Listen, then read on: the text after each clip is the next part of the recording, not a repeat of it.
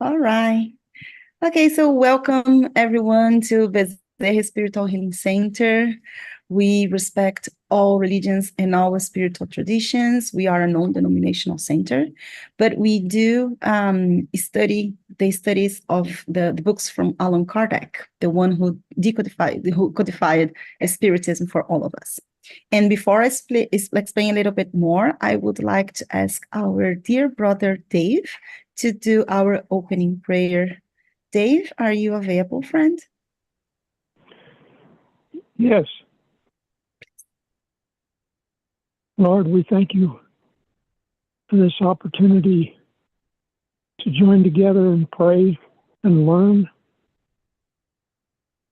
Please have our spirits protected from those that might not support our beliefs and want to harm us, want to distract us.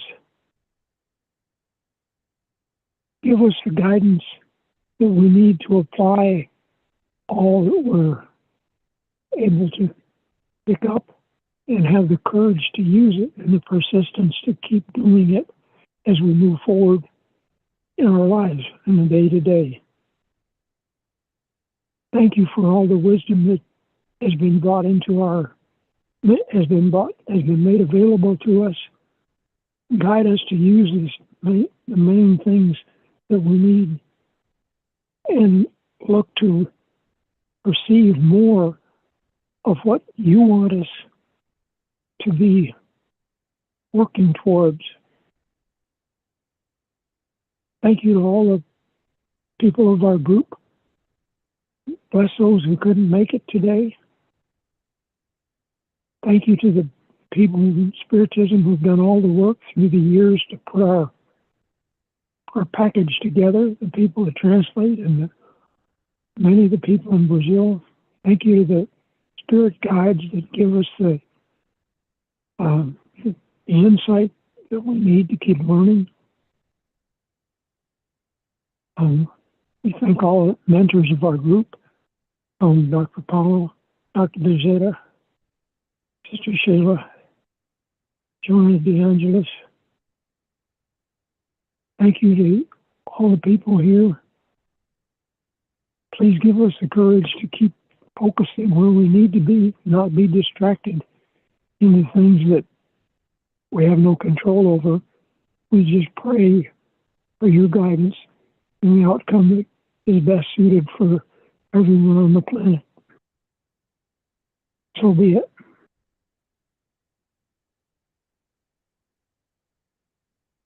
And so it is. Thank you so much, Dave, for the beautiful prayer. So BSH Spiritual Healing Center, as I said, is a non-denominational center, but we are member of the United States Spiritist Federation. So our beliefs are around scientific, philosophical, and the religious principles of Spiritism. And as Emmanuel, the spirit mentor of Chico Xavier, taught us, knowledge and love are the two wings necessary for our spiritual evolution. So that's the reason why you will see that the service today is split into two parts. The first part, we will have someone speaking to us, and I will introduce her in just 1 second. But one thing that is really important is your participation. Your active listening is really important because during the service, your mentor is supporting with the insights that you have to have for you to do your strength and your transformation. So be attentive to what is going to be said. I always encourage for you to have a piece of paper and, a pencil for you to take notes and do those reflections along the week. So then you can sustain the energy that you will be receiving while here in the center. And then the second part is going to be a hands-on healing where all the mediums will be working with you and with the spiritual mentors for us to receive everything that we all need. So we highly encourage you to stay with us. And if you are listening at the YouTube, you can join us through the Zoom link. Now, I'm going to share what are all the opportunities that we have for us to be together. Let me just share my screen in just 1 second. And then here you have, again, all the possibilities for us to be together. So From Monday to Sunday, we have daily prayers every day at 6 p.m. Pacific time for 20, 30 minutes. We get together and we pray. We pray for ourselves. We pray for those in need. We pray for the whole world. And as we were just saying before we started the service, the world is in very much need. And St. Francis of Assisi said that it is in giving that we receive. So if, you are in need of something, make sure that you're also giving something. So let us get together for this daily prayer. We do have an internal service every Monday, and this is a healing meeting that we have only for the mediums that work towards those who are in need. So if you or someone you love is in need of receiving assistance, make sure to send us the name and what this person is in need, if it's a spiritual healing or if it's, emotional healing, physical healing, and we will be working with this person along for at least 4 weeks. And then during this period, of course, we encourage you to be or to let the person know that he or she will be in treatment, and then, read the gospel and be in good vibration during the service. Now, before we start this internal service, we also read the gospel all together. So if you're willing to know more about spiritism and more about mediumship, this is a good opportunity. So the first hour from 6:30 to 7:30, this one is open for whoever wants to join us. On Tuesday, we have the initiation to Spiritism through Teresinha de Oliveira, and this is a book study that happens with Divine Light. And Sunshine, I don't know if you switched already to Zoom, to the same Zoom link, not yet. Okay. I'll let you know. Thank you. Sure. So it's another Zoom link, but I'll make sure to paste on the chat so then you can join. On Wednesday, we are finalizing the personal transformation, and we will start on the 29th. Oh my God, I think not next week, the following one. We will start a new book study, Heaven and Hell, beautiful book, very educational, written by Allan Kardec. So everybody is welcome to join us. We also have on Wednesdays fraternal assistance, and this one is a specific meeting between you and one of the mediums available for you to talk, for you to vent, for you to get some guidance. If you want someone to pray together, we are here for you. So just make sure to let us know and someone will be assigned to you. On Thursday, we have the study of the book Living Spring from 6:30 to 7:30. And every second Thursday of each month, we have an in-person meeting followed by prayer and healing service. And it's in the Sacramento area. So if you are available and interested, please let us know and we will share the address with you. On Sunday mornings, we have the pleasure to be here all together. And then on 6:30 to 7:30, we also have the book study on the book Nosso Lar that has just started. So you don't want to miss this one. It's a very interesting book to share.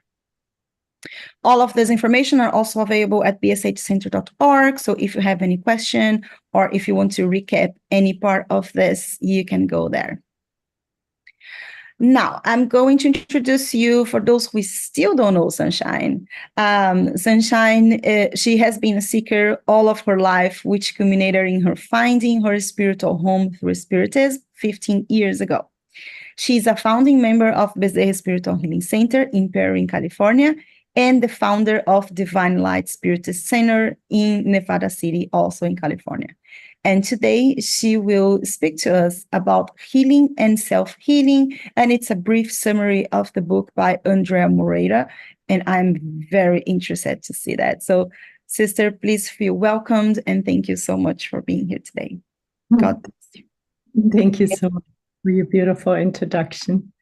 So I'm going to just share here. Can you guys see it? Yes, we can. Okay, good. Right. It's moving my bars. So this whole lecture, I want to say, or this presentation, I like that word better, is because a lot of people and a number of people have approached me about the book study that we did last year at Divine Light. The whole year we dedicated to this beautiful book that is, unfortunately, and here it is, I have one of the only hard copies in the country. this book is out of print in English and it's not to be had anymore. And so I decided to do a very brief summary of this book that is more than 400 pages long. So whatever I'm saying is not doing the book justice. This is literally, I'm going one slide per chapter. So you can imagine it is super brief, but I've been trying to get the gist across so that we can, after this lecture, we have some information that we can take home and incorporate into our lives. Now, whatever I will say is not coming from me, and it's actually not really coming from Dr. André Moreira, who is a Brazilian doctor, is not really coming from him either. He put the information together, backing up everything he said with various books, spiritist books, a lot of them which are not yet in English. So this is really the information coming from on high. So it's not from me, and it's not really from Dr. André Moreira, but he did a fantastic job putting it together. So this book is, as you can see, about healing and self-healing. And I also want to apologize before I begin. I will talk too fast and I will give you too much information that will likely really go by you really quickly. And that's why I'm so happy that this talk is recorded. So you can always go back and listen to it again, which is encouraged because it's a lot. So thank you for your patience. So in chapter 1, Dr. André Moreira, of course, looks at first at our current health system. And in summary, he says that our current health practice is fragmented. And it's fragmented despite all scientific advancements because it is focused on over-specialization and technicism, as he calls it. When we go to a doctor, they have their specialty and they tend to not look beyond that because that's what their training dictates to them. And also, the medical system is purely materialistic. In other words, it does not take the whole being into consideration, but focuses on symptoms in the physical body or mental body, as far as psychologists or psychiatrists are concerned, but it is materialistic. And what our current system fails to provide is to see the individual with self-knowledge and self-love. Doctors don't guide us to get to know ourselves better, and they can't guide us to self-love. It's not what they're trained to do. The vast majority of the patients in humanity who come to doctors wish for anesthesia, but not for awareness. They want to be fixed physically, take the symptom away, take the disease away.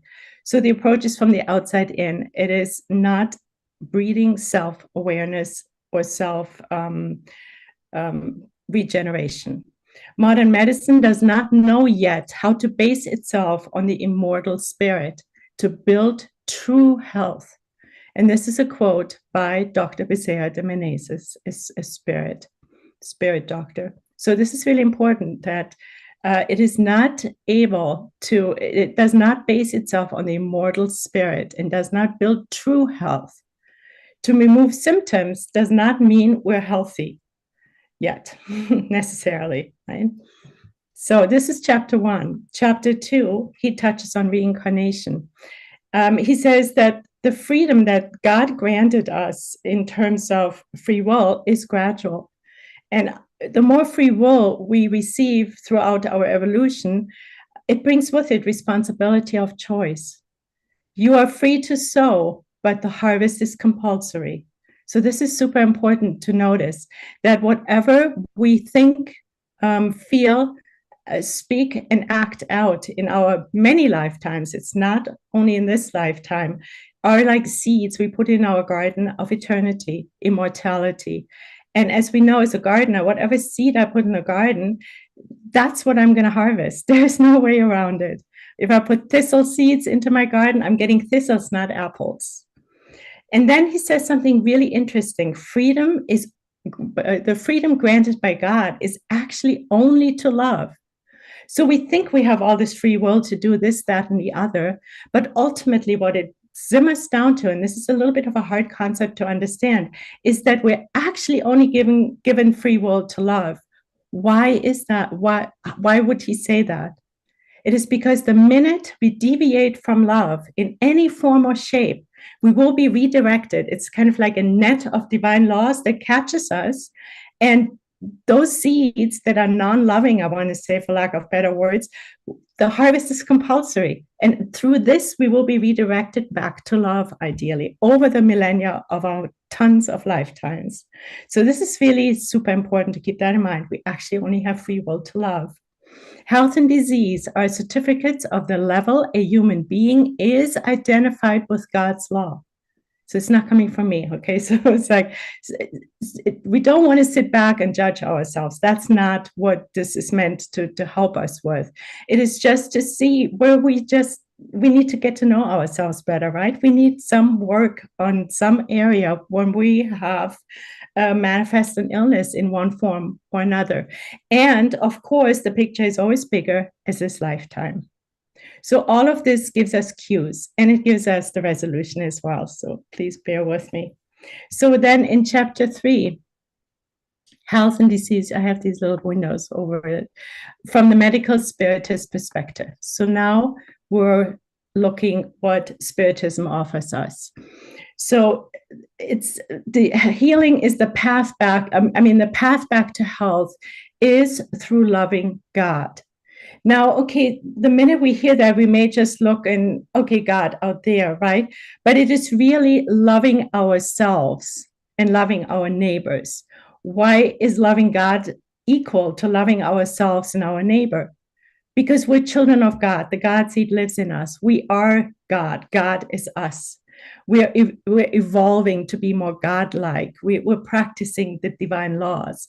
We have free will to love, which is God. So loving God, and that is our path to healing, is learning to love ourselves fully, unconditionally. And by loving ourselves, we love our neighbors. Jesus taught us, love God above all else and your neighbor as yourself, which is really one and the same. So to achieve true health, we need to know God. And getting to know God is getting to know ourselves better, getting to know our brothers and sisters better, understanding, of course, what Spiritism offers us, the bigger picture. Where do I come from? Why am I here? Where am I going? The divine laws, which are all spelled out in the Spirit's book, helping us to understand them, even though they're written in our conscience. Sometimes we need a little help. So health is thought in harmony with God's law. Thought is health in harmony. Health is thought in harmony with God's laws. The disease is not a punishment. So this is also vital, that we don't think, oh, God's punishing me. No, that does not exist. We need to go back to the picture. Well, at some point in my evolution, I put these seeds in my garden, and now there is the harvest. Okay, thank you. What I sowed comes back to me. Now let me wake up and do it differently. Find out what this is all about. And it is through loving myself and loving our neighbors. It's through loving God. Disease is not an invader from the outside, says Georg Grodeck. He is a Swiss or a German, obviously with this name, and he was a physician in the 19th century. And Dr. Andre Moreira actually quotes him many times. So this is really a novel thought. Disease is not an invader from the outside. In our scientific Western medicine system, we look to the outside. We think the microbe is going to kill us, but the microbe is only going to kill us. That fear is only there when our terrain in here, our spiritual, mental, physical terrain is weak. So ultimately, disease comes from the inside out. We allow it in, the so-called microbe. So this is something to ponder. Again, I'm giving you a lot of information in very short periods of time. So then in chapter 4, he talks about the perispirit. And of course, that's a very important aspect, because the perispirit and our spirit, so-called, travel together from lifetimes to lifetime for a long time. Perhaps eventually it becomes one, the more evolved we become and the more lucid or lighter in its density our perispirit becomes. But for the time being, the soul and the perispirit travel together. And that's why we learn that the perispirit is the key to physiological and psychological and physical problems. I'm sorry. So because all the information, everything we're putting out over the lifetimes gets stored in the good or bad, so-called good or bad, stored in the perispirit, and then comes back into a new body in the new lifetime. So then we need to learn that disease emerges as a secondary state resulting from the wear and tear due to the influence of our mental and emotional disharmony on the body. So over the lifetimes, if we're not aligned with love, with God's laws, we are creating tension, stress on our very sensitive perispirit. As Emmanuel calls it, we do poison into our perispirit, and that over time creates wear and tear, and then the disease breaks out. So from the inside out, and it's a result of how we can conduct ourselves, whether we are aligned with love and God's laws or not. So the disharmony that shows up in the body really goes back to the spirit in conjunction with the perispirit, going from lifetime to lifetime. The chakras are very important, and he goes into it in great detail in the book. And they too are under the command of our will, our thoughts, our feelings. And again, ideally, our will is aligned with God's will, because then we are in alignment with love, which is health. The activation of the chakras is from the inside out. So this is important for all of us who do all kinds of New Age practices. Again, novel idea that ultimately that too, the chakras get aligned and opened up from the inside out. And he suggests strongly as one very powerful tool is the gospel therapy, which is studying the gospel, practicing it, having gospel at home meetings, and we know all of that. Okay, I took a breath. Okay, chapter 5.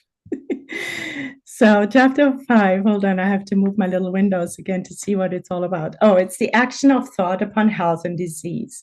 And of course, thought and feelings work together, because as we know, when we think something, an emotion follows, and sometimes we feel something, and then the thoughts come as a result, right? So that's a package deal. So then he says that thought forms are created by mental tastes and vitalized by our feelings. So I won't go deeper in that. There's this beautiful book by Emmanuel, Thought is Life. We studied it years ago, and there we see that thought is literally life, right? It creates our health, our harmony or disharmony in conjunction with our feelings. When we repeatedly think about something, we create, and by creating, we link ourselves to currents of the same nature. It's the so-called feedback system. What I put out comes back. What I put in my garden, the harvest is compulsory, comes back. It is law of attraction. It's the law of resonance. We can't escape it, even if we try to ignore it. So thoughts will inevitably return to the sender, says Marlene Norbury. Thoughts will inevitably return to the center. And of course, the thoughts create the whole picture, and that's either health or disease, right, over time. The return of energy is reabsorbed by the spirit, the cells, creating health or disease, harmony or disharmony. And he points very strongly towards, as a helpful tool, prayer. And prayer does not mean we need to take out time from our work necessarily. Our work can be the prayer.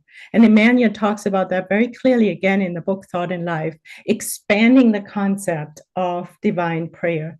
And of course, in contrast to divine prayer, there's also the infernal prayer when we focus on the negative. That's a form of prayer too. But our life can become a prayer aligned with love. And of course, the gospel again. So then chapter 6 is healing according to Jesus. So now we're, as you can see from the description of what healing and disease, how that kind of looks like in the bigger picture, he's now moving more towards the solution. And he points to Jesus, of course, and we know in Spiritism, we see Jesus as our guide and model. And he brings us some parables, very interesting chapters. So this is a little complicated, but I'm hoping you're with me. So he brings the example of the healing of the blind man of Jericho, the paralyzed man of Bethesda, the 10 lepers, the devil-possessed man, the healing of the withered hand. We know them, and if we don't, we may want to reread them because they're really the integral path to healing that Jesus modeled to us. It's incredible. So this is Jesus's model. Jesus models in these stories the healing, the whole healing, the healing, that the path to healing. It's stunning to come across that in that chapter. And it's a long chapter. Again, I'm just condensing it. So these parables, when we read them and digest, look at them in detail, he shows us that the first step to healing is to see. We need to see ourselves, to get to know ourselves. We need to see the others. We need to understand. We need to see, because the healing of the blind man, he started to see, right? But seeing what? Then the next step is walking. He helped this paralytic to walk again.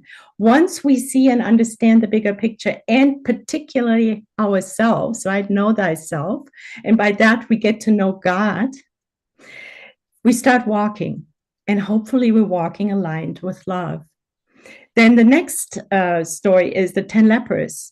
And that is about interacting and integrating ourselves, because the 10 lepers were pushed aside in society. They weren't allowed with the tribe, with the village, right? So they weren't able to interact. They had a disease. They were separate. And when we're sick, then that may happen to us too. That's what we're manifesting. But this illness is about to reconnect, to interact lovingly and kindly, of course, it's all about love, with our tribe, and to integrate, to reintegrate ourselves, to love God, to love ourselves and others. I hope that makes kind of sense. And then the next one is the devil-possessed man, and he learned to individualize himself. Why would he say that? Well, when we're obsessed, the spirits run their energy through us, and we're not free anymore. We're not individualized because we're under the impact of other spirits. And our path is to allow ourselves to be depossessed, disobsessed, so to speak, so that we can actually be with God and not other spirits. So it's the individualizing. And then lastly, we will reach the point that our withered hands will be healed, because now we're ready to serve, and use the hand as a symbol for service. So very important. Service is very important. So this is our path to healing according to Jesus. And then he says to people, go, your faith has healed you on different occasions. And what is faith? And then he explains it. What does Jesus mean by that? Your faith has healed you. Well, and this is really important, I hope you hear me, it's the culmination of the long period of work for self-improvement. It is our boosting of our self-awareness, getting to know ourselves better. Doing the nightly review is one of the tools. It's our personal triumph over adversity, right? The free will. Can we love our illness? Can we love everyone? Can we love ourselves? And it is the sacred target of our soul renewal. So this is the faith that Jesus alludes to in conjunction of these parables that he brings to us. Healing is our responsibility, combined with everlasting divine mercy, because in every situation, we're always being supported. There is always divine mercy in every situation. Lately, I'm really seeing that more clearly in others, and in particular myself, my own situation. So this is really, and if you want to take an image of that, feel free to do that with all of them, actually. So this is really groundbreaking information. So education for help is now chapter 7. So here again, he says, it's reiterated that health and disease is produced by our spirit, our immortal spirit. And the education for health should focus on encouraging people to conquer powers of their soul, to boost their faith, their intuition, their kindness, practicing forgiveness, particularly for self and out of that for others, to boost our wisdom, which is really the knowledge, the two wings that and then love. And the last two items are really the two wings that Kiki mentioned earlier that Emmanuel introduces to us. We need two equally developed strong wings to ascend to God, to be one with God, to be one with love. And that's the wing of love and the wing of knowledge/wisdom. And love is the putting our knowledge and wisdom, our hearts into action, practicing it. So education for health promotes the encounter with a liberating truth specific to each person in harmony with universal truth, which is love. It is all about love. This whole book, I don't want to give a spoiler alert, but it is really all about love. And love is God. God is love. Right? So it is about us to liberate ourselves of anything but love, to really focus on that. Jesus always affirms the power, ability, beauty of all, and not the disease. So whenever a diagnosis comes or whenever there's something in our space that needs dealing with, the idea is not to make that our totality. When I was diagnosed with cancer 20 years, I never said I have cancer. Never.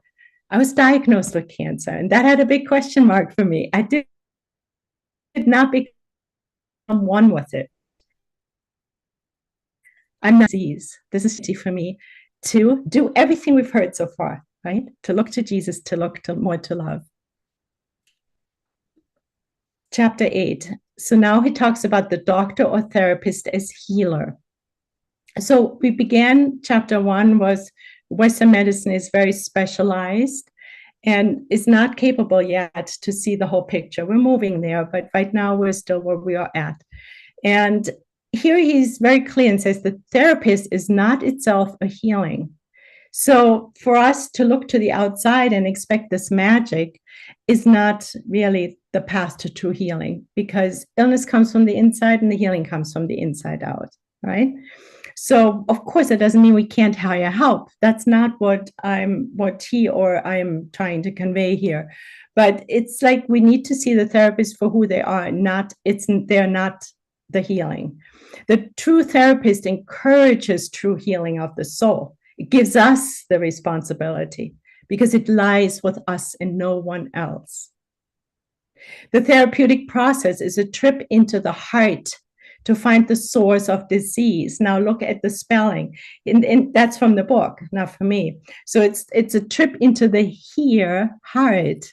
So we're listening. Heart is God. We're going within to get to know ourselves better, which is our heart, our soul, which is God. The therapeutic process is a trip into the heart, in, not out, in, to find the source of the dis-ease. And the dis-ease is lack of alignment with love. To bottom line it, of course, there's a whole package around that. It comes in all forms of shapes, which we're not talking about right now. That's for you to, interpret, but it is a dis-ease. The physician supports the patient to reconnect with themselves, with himself, namely the divine being, which is the reconnection with God, with love. Then, he says, the divine being and the internal doctor are the same. So we are our own doctors through boosting self-knowledge, self-acceptance, self-confidence, self-expression. And that is observing our thought and speech, our values and action. And what is the bottom line? It's about self-love. Fully accepting ourselves. However, there is, and that's going to be down the road, hold that thought or make a note, the self-love will be defined further because there's easily the tendency to turn that into selfishness and pride, right? And that's not the path we want to go down to. It's about self-love in the higher sense, in the spirit sense. So do you see that? So it's about we are our own, we become more and more our own doctors. Now, not all of us have the capacity yet, and that's okay. That's part of the self-love. We do what is necessary for our own specific situation and where we are at in our evolutionary path. So there is no judgment in any form or shape. This is where we're walking towards. And some of us are more there than others, but it's no judgment, all right? And we're not here to judge others. But this is pointing towards the ideal. That's what we're striving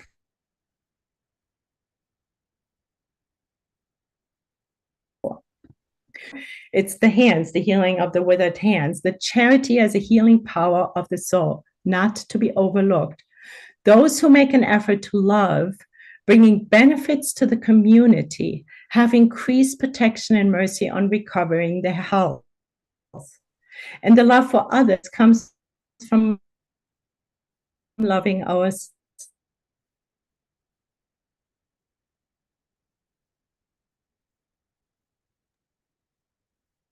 Did she freeze to everyone or just for me? Yeah? Yeah, she's frozen. Uh-oh. Yeah, she's frozen. Oh my gosh. Uh-oh. Send her a text.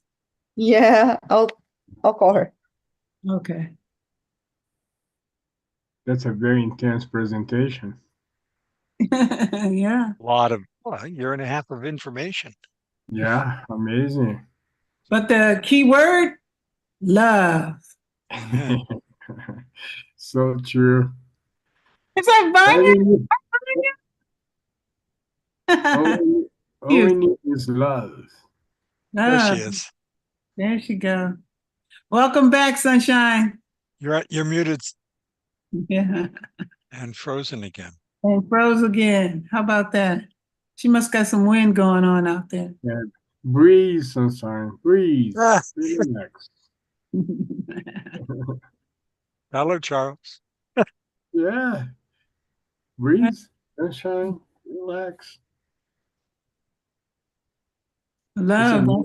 It seems like she acquired a lot of all this knowledge. She is in an urgency to pass it along. Come on, guys, listen to it. I got it. Let's go. But what did you hear out of it?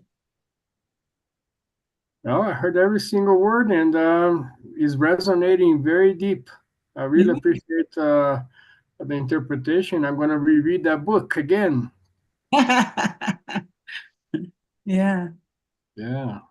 You know, while we wait her, one of the things that really outstanding for me is for us not to be one with the diagnosis. Because sometimes we hear something and then we keep thinking about that. And then all of a sudden we become one with that. And it's interesting because I remember a couple of times. Oh, wait, she's calling me.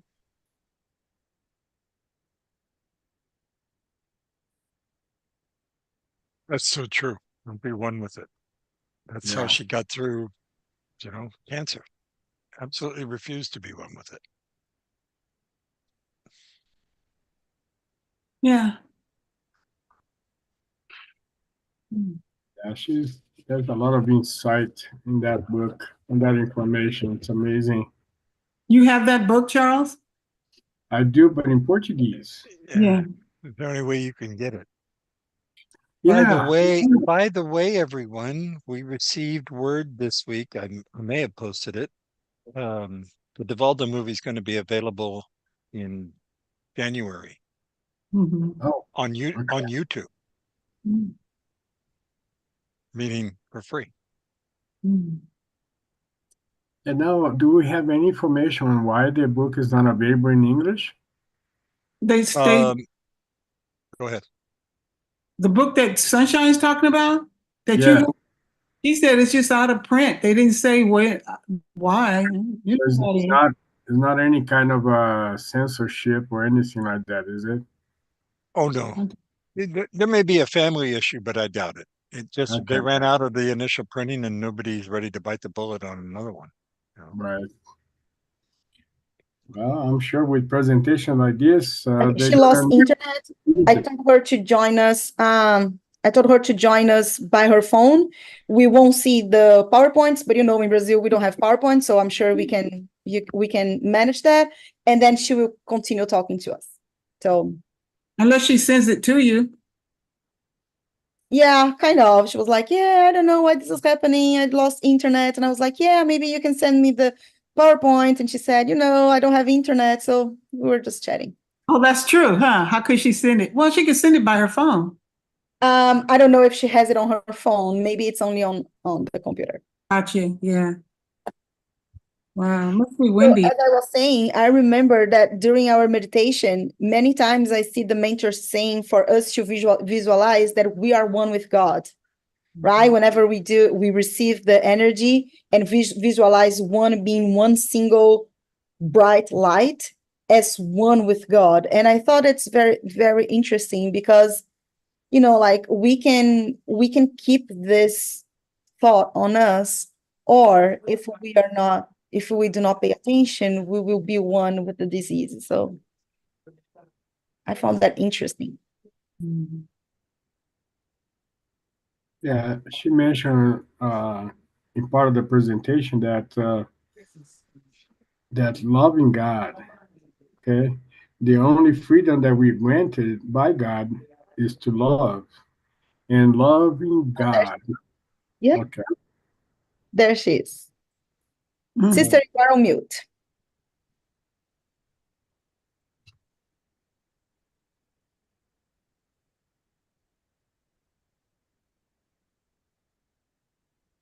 You are still on mute, just so you know. There you go. No, not yet. Yeah, they're there, but we don't hear you.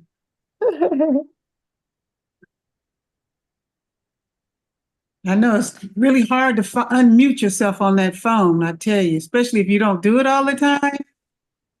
Yeah, and the screens change, and it's And sliding the screen, I'm like, oh my God, how do I see everybody and talk? And I'm then, going, I'm going oh, to a flashback. I'm going to a flashback for my presentation. That still, was interesting. Oh, there she is. Oh, yeah, we can see her, but not hear her. She still haven't found the unmute button yet. Slide it. If you slide it all the way to press and speak, and then your mic will come back on. is she on Sabine's phone? If you slide it to the right, it'll say press to speak. let's see. Oh, wait, she's calling me again.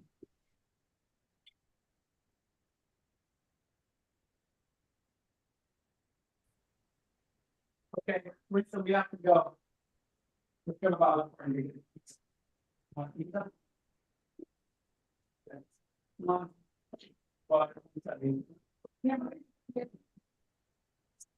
So, Okay, I'm presenting next week. I'm going to start asking for prayer for no interruptions. Valid point, Mark. So just so you know, she says that she knows where the button is, she is pressing it, and yet she can't speak. Have anybody thought about maybe the spirits are stopping? oh Oh, yeah. yes, that's what There- we're talking. there's- Charles knows this very well. Very well. I But you know remember one when thing? Hey, but here's one exercise that we can do it now. If Hi, Sunshine. Are you there? if we all focus our attention and unclear this path, everything will line up. Yeah. That's the thing. I have an anecdote when I was in the middle of a therapy one day, and suddenly the whole thing went dark, and I had to stop it. And then 30 seconds later, I get a call telling me your mom is passing, so say goodbye. So they interrupted it to let me know, and I was able to talk to her before she left. Wow, pretty awesome. Yeah. Interesting. She came in muted. Yeah, that's okay. Wow. And I think this is all good for our reflection. I think that, we can always come back and continue the conversation later. I do think that it's important for us to reflect on the learnings that we are having and Mhm. understand, I think, how our emotions come into play, and like all the support that we can give for us to keep learning. So let's see how it goes. Yeah. So one thing that really caught my attention strongly about her presentation was the aspect of the importance of loving God. That's the only consent that we have granted by God is to love. And loving God means what? Is to be in alignment with, not with the personification or of an entity called God, but no, it's to understand the whole complexity, which is God. Is to be in alignment with that. And that, of course, is something that we don't acquire at this level. However, that's the work that we need to do, is to continue to learn ourselves and understanding God better. I saw a presentation or a video of a lady who had an experience near to death. And she actually traveled with God into herself, and God pointed to her, this is where I live, what they call the junk DNA. He's back. Yes. Okay. So, sorry. Not your fault. Yeah. No, it's not. But it's just so interesting. I mean, you guys know I'm always on Zoom, right? It never happens. Anyway, here we go. You ready to continue, or did you want to talk more? No, go ahead. No, Okay. no, Sunshine. I just want to say we all forgive you because we know what your intentions are. Have you gotten to that chapter yet?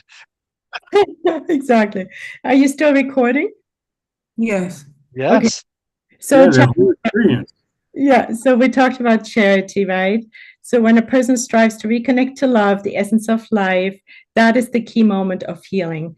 Overcoming selfishness is the greatest therapeutic challenge, right? So, and that is, however, the key for our healing.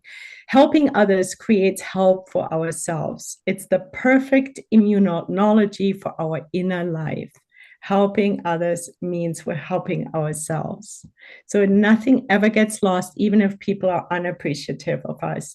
And then he goes into forgiveness, a whole chapter on forgiveness. And we studied again for a whole year this book, Forgiveness as the Way, and the Way to Forgiveness by Dr. Alberto Almeida. Fantastic study. And I think that's in print. And so I won't go so much into forgiveness right now, because I think that goes beyond our scope, but I do want to say we project ourselves and our psycho-emotional needs on the other people with whom we have a relationship, and we seek someone who can complement us. And that is something to observe. The key, it all starts with self-forgiveness, and out of self-forgiveness comes forgiveness for others. It's not always that linear, but self-forgiveness is not to be overlooked. Forgiveness is the tool to prevent obsessions as well. So forgiveness, Jesus taught us to forgive 70 times 7, which means like continuously or nonstop. And it starts with the self. And then in chapter 11, faith comes in, because then he says, faith is the syntony with God's will. Faith is extremely important. Again, Emmanuel in Thought and Life dedicated a whole chapter to faith. And what is faith? It is the certainty of God's love. And that is what's essential for our healing, to have faith in God, to never go into fear, because fear also clouds our vision. At that moment, we look to the outside to be helped. We're incapable of looking within. Remember the blind men of Jericho, looking to see. We need to be able to see, and faith is the integral part, a tool that helps us, this connection with God, with love, to actually embark on the self-healing path. Jesus's work was entirely to develop awareness that everyone is a child of God, worthy of love. Let us keep that in mind. That is part of our self-love. Lord, your will be done and not ours. We are always in God's hands. Everyone and everything is. Then we were moving towards the end. This is chapter 12. There's 14 chapters. And now it is about self-love, holo-love, which is the synthesis of healing. Now we're coming to the culmination, to the fireworks, right? And holo-love, he explains in the chapter, is out of self-love comes the love for everything and everyone. So holo-love is the complete love for everything. So health, he says, is the relationship between creature and creator, with love as the safe medication for the re-encounter with oneself, which leads to self-healing. So health is the relationship between the creature and creator. What does he mean? We are the creatures, and the creator is God. So it is that relationship with love. It is actually love. And we are part of the Creator. We are the creature that are living within the Creator. And that is the safe medication to re-encounter with oneself, which is really God. And that leads to self-healing. And here he goes back to self-love. What is it? It is self-acceptance, including the shadow. Absolutely.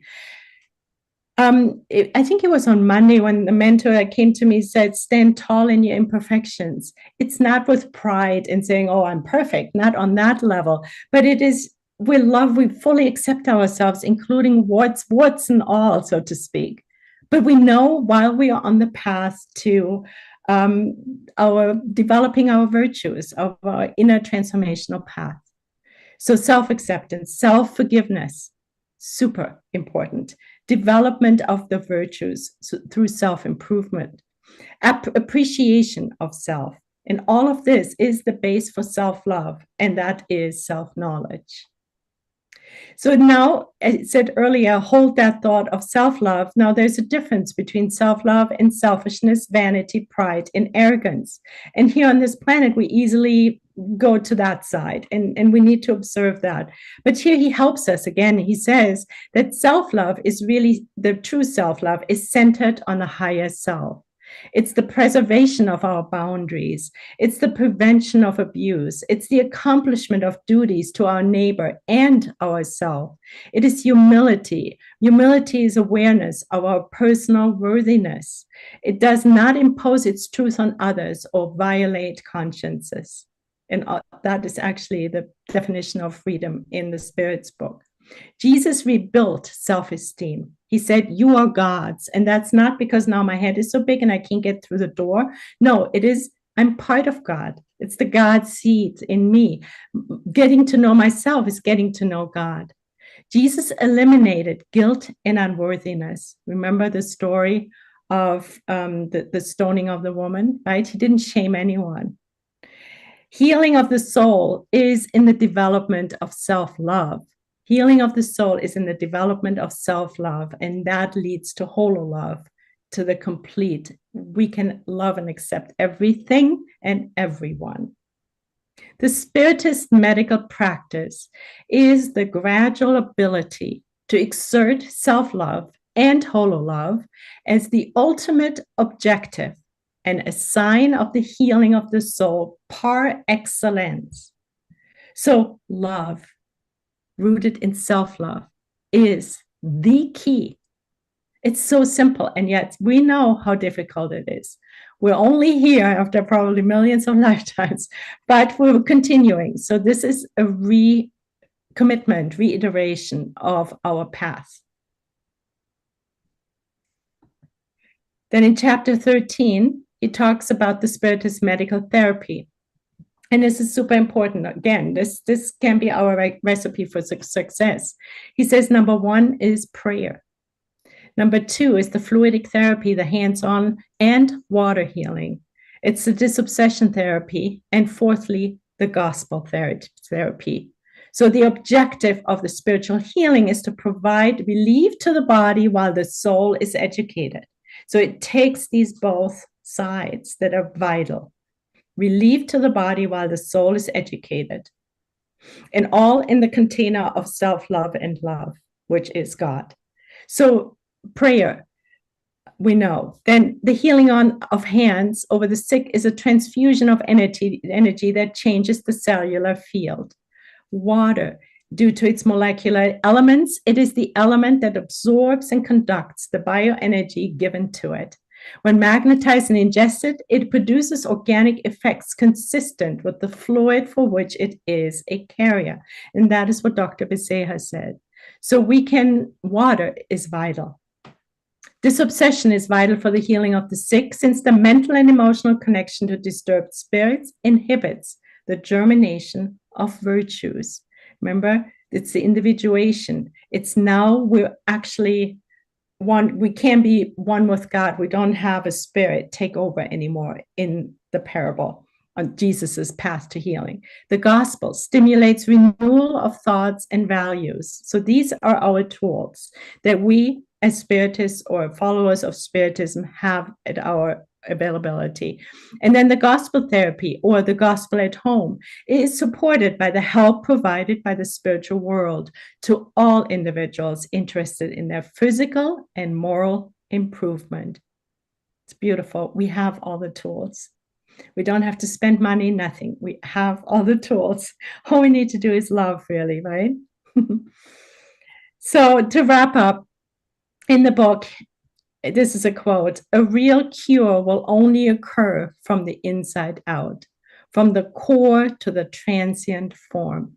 And we've seen how we can do it and what it takes and what to focus on, namely love, at the bottom line of our bottom lines, which is God. Get to know God. And then here is a quote from the Missionaries of the Light, a book by André Louis. And it's funny how, always very interesting to me, how we actually get the same information all over the place in Spiritism in different moments. And here he says, doctors of the future will not restrict their professional actions by simply providing technical prescriptions. For healing tasks, they will turn much more towards spiritual measures where Christian love plays the biggest role. And here's the finale. Love is the therapeutic tool par excellence. And that is from the book Healing and Self-Healing, Chapter 8.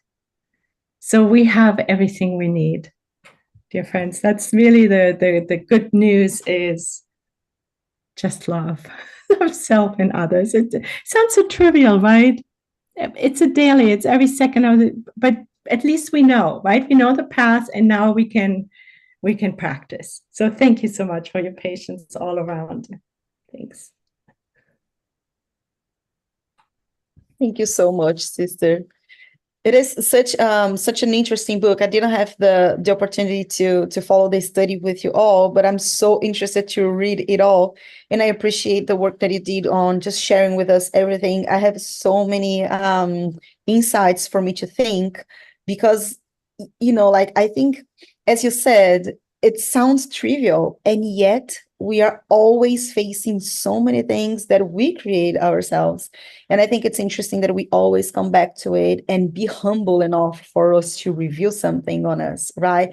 And I loved what he said about the disease is not an invader from the outside. I mean, if we keep that in mind, it takes a lot of courage and humbleness for us to think and absorb that, right?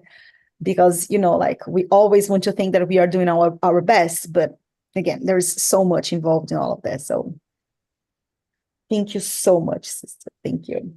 But at that moment, when we really breathe and live that truth, that disease is not from the outside, then we also don't need to be fearful of anything that happens on the outside. Yeah, that's true. We have to be able to protect ourselves, right? Yeah. And the other thing too, sister, is when you're reconnecting, one of the things that really stood out to me is when you were talking about not being one with the disease, but making sure that we are one with God. I think that this is so important, because very often we just keep thinking about the disease and what we have and how to solve and how to do and blah, blah, blah.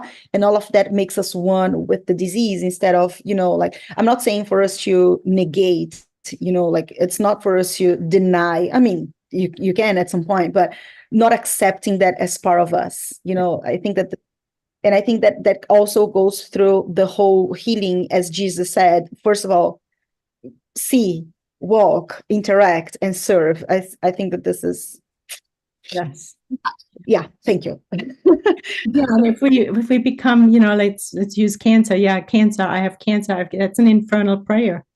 Yeah, it's a form of prayer, right? Yeah. Absolutely. I have a comment. I remember the book is unbelievable. I need to read that book.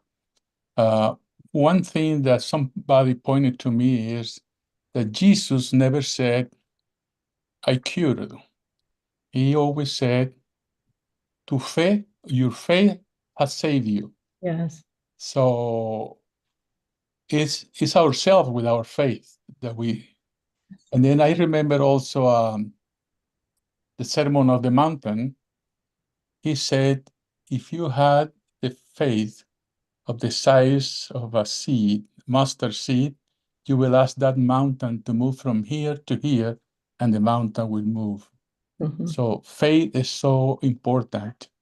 And then I remember now an interview they asked Carl Jung, the Freud's friend of Freud, the creator of the psychology, clinical psychology. They asked him, "You believe in God?" And he said, "Oh, yeah." And they said, "No, do you believe now?" And he said, "No." It's difficult because I know him. I know him. So you should believe in the things that you don't see. So that's my comment. I need to read that book. I'll make an effort to understand Portuguese. Yeah, to read the book, you need to speak Portuguese, unfortunately. Close enough. All right. Does anyone have any more questions or comments to Sunshine? Yes, I do. Sunshine, thank you. Thank you for the illuminating presentation. I appreciate so much what you have been able to absorb and acquire from the study of that book. I think you have touched on a lot of very important principles that just solidifies what we're striving to understand and to know, not just ourselves, but to understand God. I appreciate that. Of course, throughout that experience that you're going offline for a little bit, we kind of a chat, and something that caught my attention was in your presentation, you pointed out that the only freedom that granted to us by God is to love and loving God. So to me, what does that represent? Is really to not to be in alignment, to know somebody that is a personified figure of God. So it's not to have a faith in this one entity, but it's to be it, to understand it. So I really appreciate that. Another thing is that you gave me, at least for me, a whole different view of what was Jesus' game plan when he came to us, when he did those healings. That was objectives. Each healing had a purpose, had an intention. And 2,000 years later, now we are, ooh, was that it was about? It's really amazing. I appreciate that. And another thing is that I'm puzzled by not having the English version of the book available, so readily available. But you gave the answer on your last sentence. You said, because of this, we don't need to have spend money on healing. So that's a key element. And you kind of on the verge of being a subversive person right now, because that was the reason Jesus was killed, because he was subversing the whole norm.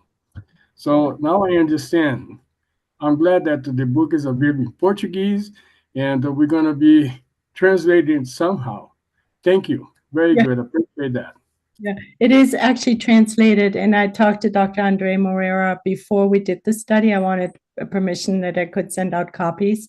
And he said, if we get, I forget how many people together, we could ask Amazon to do a group printing, but it takes, I think, 50 copies or something, so that would be one option. Well, count me in for 10. Okay. Yeah.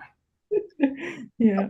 We can talk about that later, but maybe we can do that and then let it available for selling later. Yeah. But we can talk about that later. Yeah, through BSH. Yeah. That'd be great. Just a supplemental comment. There is a separate book study that Sunshine did on just the topic of forgiveness, Yeah. which is a subset of what we are now talking about that is no longer in print. There you go. And so I would just give you the personal testimony. There is tremendous value in that book. It has absolutely changed me fundamentally. Yeah, because self-love, that is the key, is really self-forgiveness. That's our practice.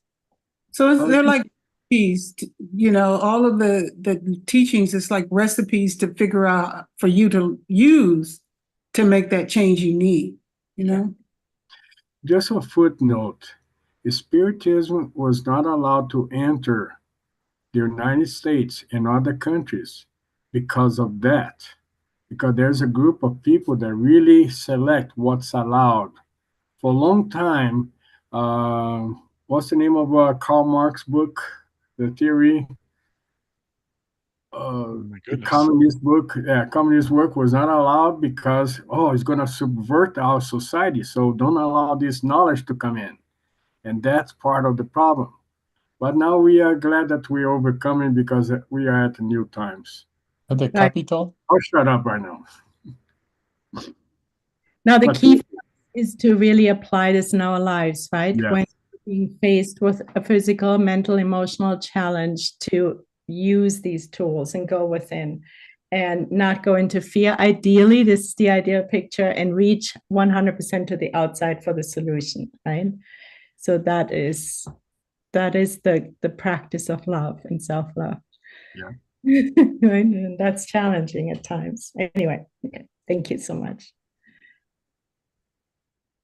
Bartholomew Night. That's when they burn the books. Yep. All right. So thank you so much, sister. It was a blast. Unless someone else has any questions or any comments. I don't want to cut anyone off. I see a hand raised. No. Oh, no. So, okay. So thank you so much, everyone, for your participation. Sunshine, this was beautiful. Thank you so much, sister. We're going to take 3 minutes break.